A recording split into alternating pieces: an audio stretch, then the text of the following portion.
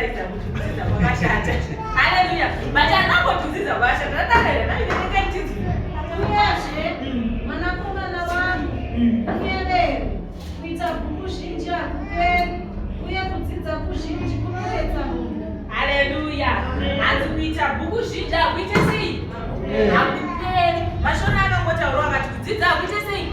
Hakuperi. Saka zvakusingaperi zvibarenda zvikanzi kudzidza kuzhinji koko kunotonetsa muviri. Because kana waita bhuku zhinji wadzidza maningi wakuchifunga kuti wauda kutanga waongorora kuti wachamudegore original here kozvakunofamba sei. Handifana kufamba handifana kuendwa nedhazima. Hanzi kunonetsa nyama.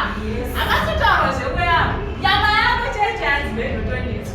Unaitiverenga vayazvina kuti mwakazotoregesa mwana kuenda kuchikoro. Aiwa vana ngavadzidze zvakanaka izvozvo. Asi tichizviita ngativaudzeyi kuti ndezvepanyama. Haleluya. Zvinoshoko guruka zvose zvatanzwa. Heri itya Mwari, uchengete mirayiro yake, nokuti ndizvo zvakafanira vanhu vose. Endai paExodus 17:24. Haleluya. Mazvinzwa?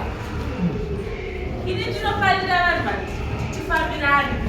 Nekuti ndikatipa mabiko ndikatora hangu roga yangu ndikadira muchikafu. Vanhu vakadya vese vakafa.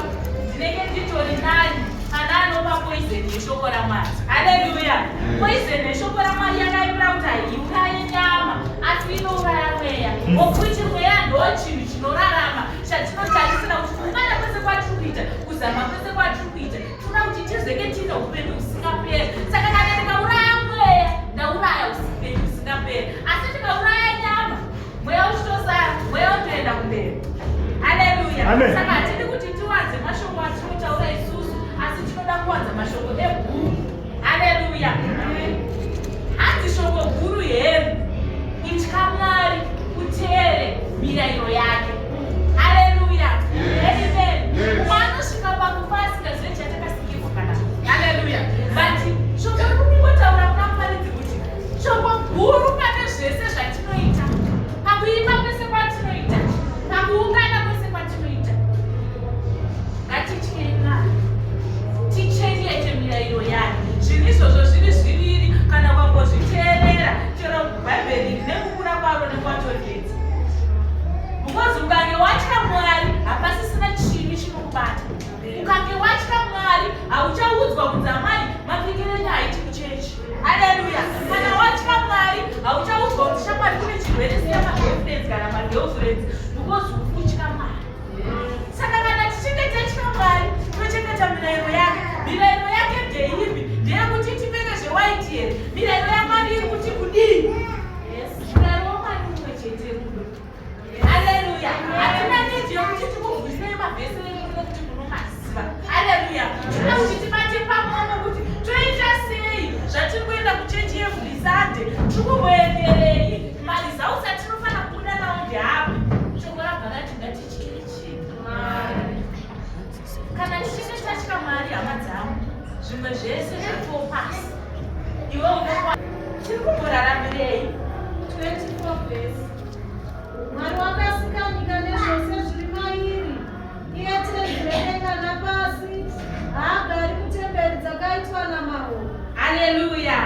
Zvandabva kutaura hezvo ngonarasina kuti kuzviona. Mwari haagari kutemberi dzakaitwa nechii?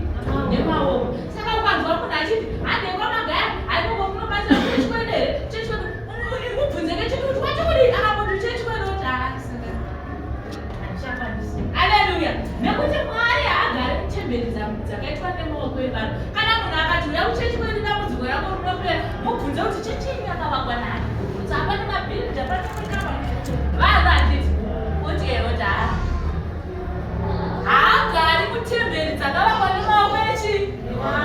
Kana zvichenzi dzakavakwa nemaoko evanhu zvinozvitaura panyama kuti tigone kuita sei kunzwisisa.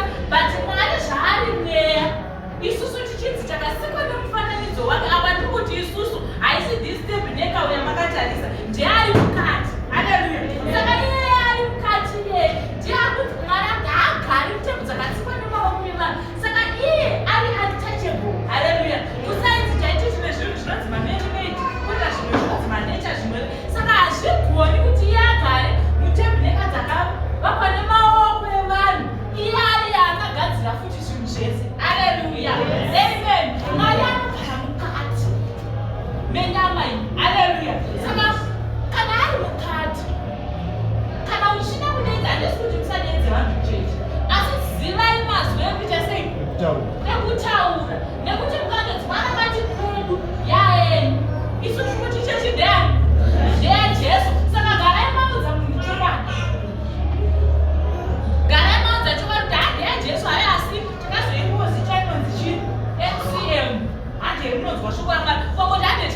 wabatsirwa futi watorasa munhu because akabatsirwa akuenda akakuachadi yange zvawakapedza dzikayamai haashumirwi namaoko avanhu haatongoshumirwi nemaoko ekaya. Haleluya.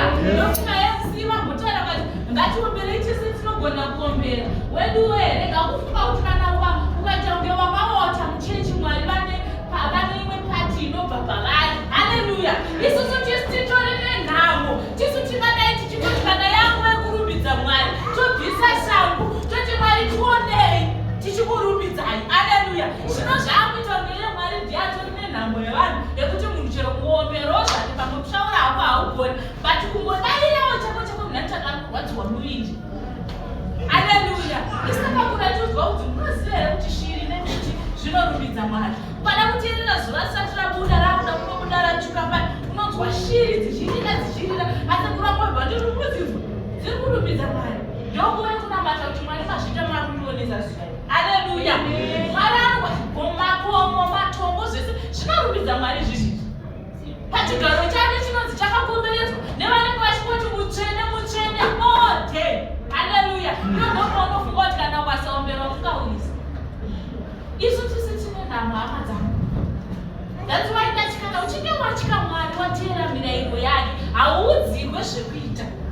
Hamuudzwa kuti mimi asimuka nesuwo ngatisimukei. Mukaona muchiri kuudzana zvinhu takati nanhao ndinombudza ina handikendeki chero ndikatoba ndiri ndoga ine ndiri kuziva nyasha dzandakaita sei dzikayamai haashumirwi namaoko avanhu saachinga achishayiwa chinhu zvaariye amene unoporesa upenyu nokufema nazvose wakaita marudzi ose avanhu achibva kuno kumwe chete kuti agare muse panyika agotara nguva dzavakatemerwa nemiganhu yokugara kwavo kuti vatsvake mwari.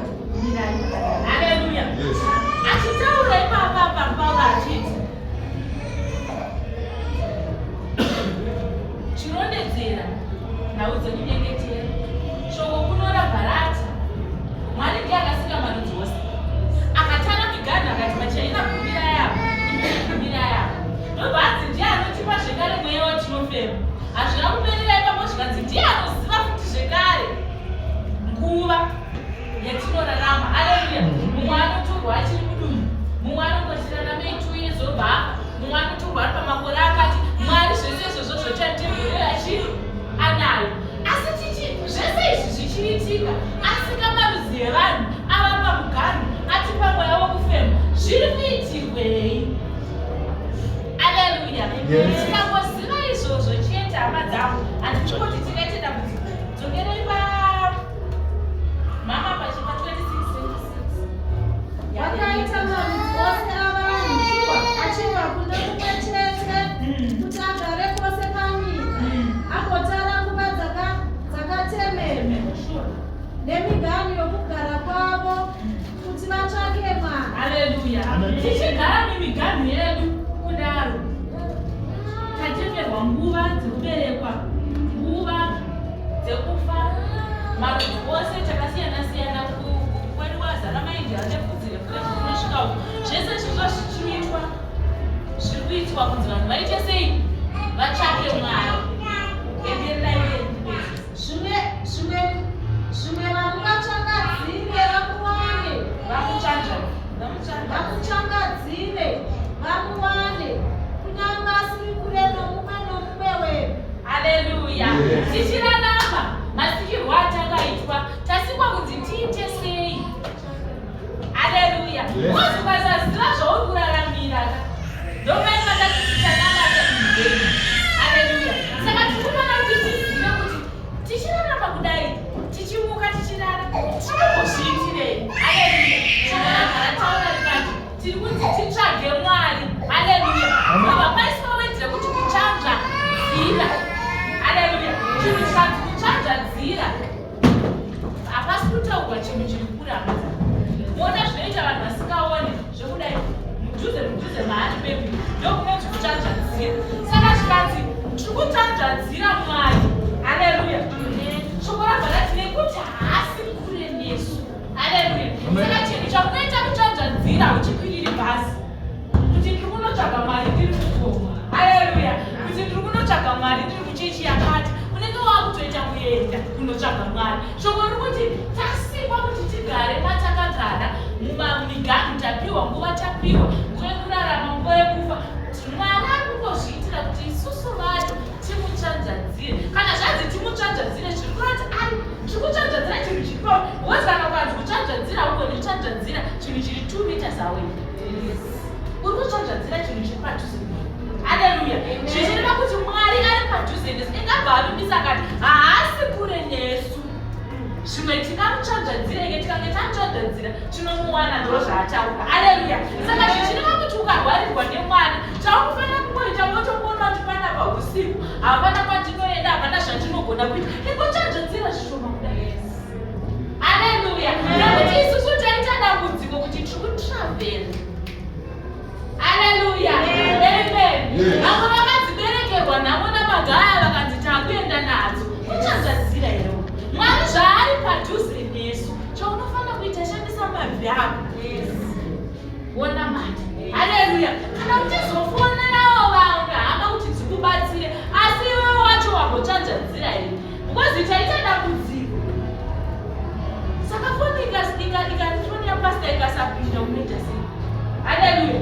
Usiku zvinongoitika zvinoitika. Saka zvanzi Mwari ari padhuze nemuprofita. Shoko rati Mwari ari padhuze nemuvhangeri. Shoko rati Mwari ari padhuze neanotaura netimiri. Haleluya. Asi rati timutsvanzadzire. Zvinoti tese takada Yesu, hapana munhu anonzi aiwa uyu akanga anamatira mwana wangu, mwana wangu anopora. Haleluya. Nekuti taita dambudziko kuti tikamboita problem hatifonerawo vaizera vasati vambobva vachishimanda kana 1 day, tinobva tafonera vatinoziva yekudhe vanoprofita kana kuti vatungamiri. Haleluya. Mutungamiri munhu wahama dzangu. Kuzvikudza chete kwatinoita. Bati mutungamiri munhu wautungamiri hwakamboiswa kuti tiite structure tigone kumboona kurere kumashure nesenda nezvatiri kungoti izvo zvaMwari zviite order chete. Asi otherwise takatongoita sei? Takatongofanana chero ukaprofita ukataura netimingani, ukazwa timingani, chero ukati uri apostle ukange uri pastor, hazvina zvazvinoreva pamberi paMwari, nekuti kwatiri kuenda hakuna svigaro. Tinenge takafanana, asi vavariro yedu zvese tichizviita ndeyekuti titsvanzvadzire Mwari timuwana. Tikange techibata kudai toziva kuti zvedu zvaita. Haleluya. Amen. But haugone kumutsvanzvadzira usingazive kuti ari kudai mandiri. Shoko rati ngatimuchere. Zvikukumbira nokundibvunzirawo Ephesians chapter 6 ndigare pasi. Haleluya.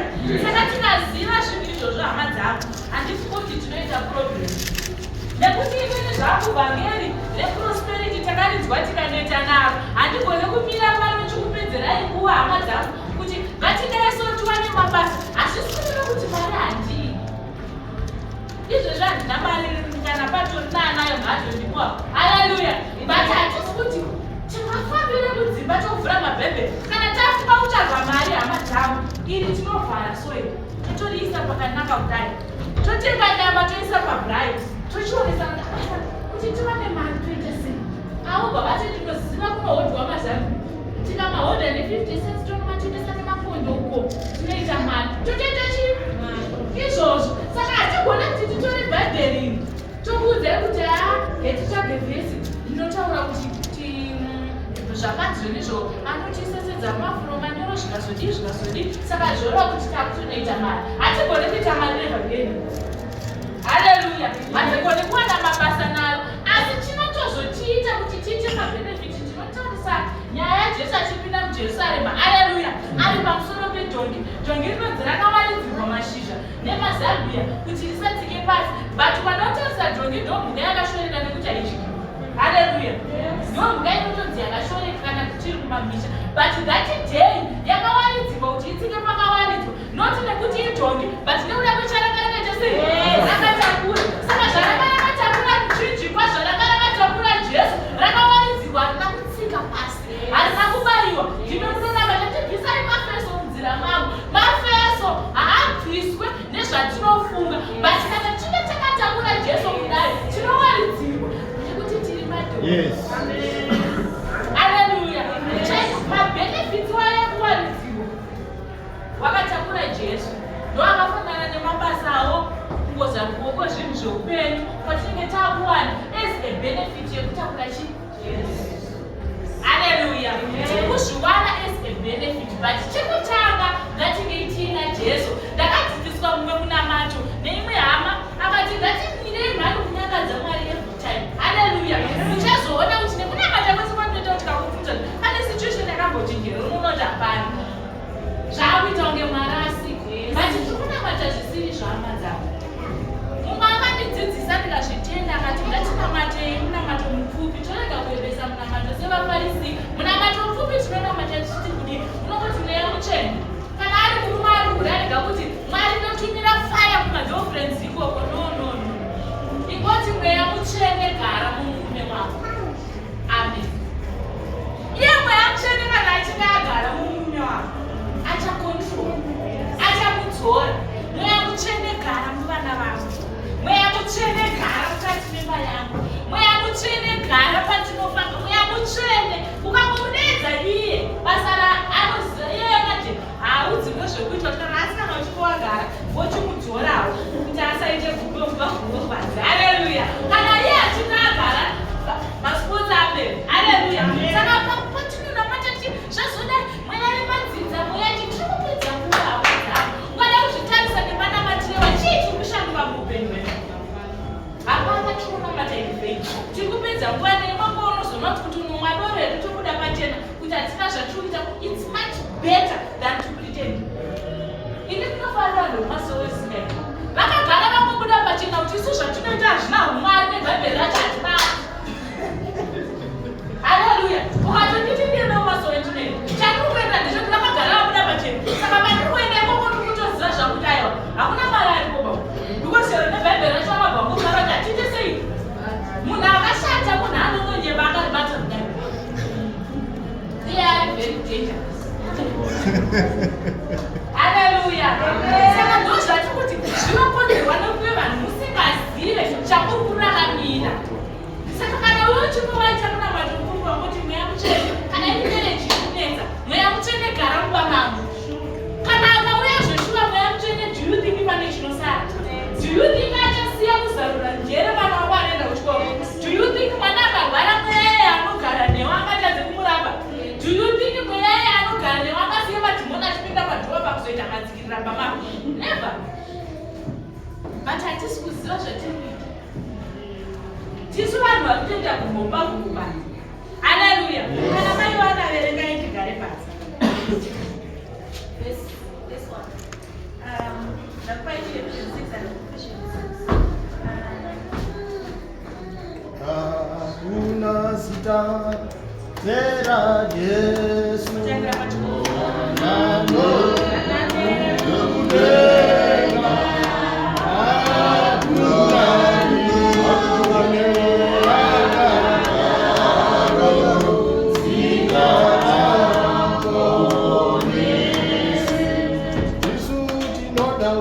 Yeah.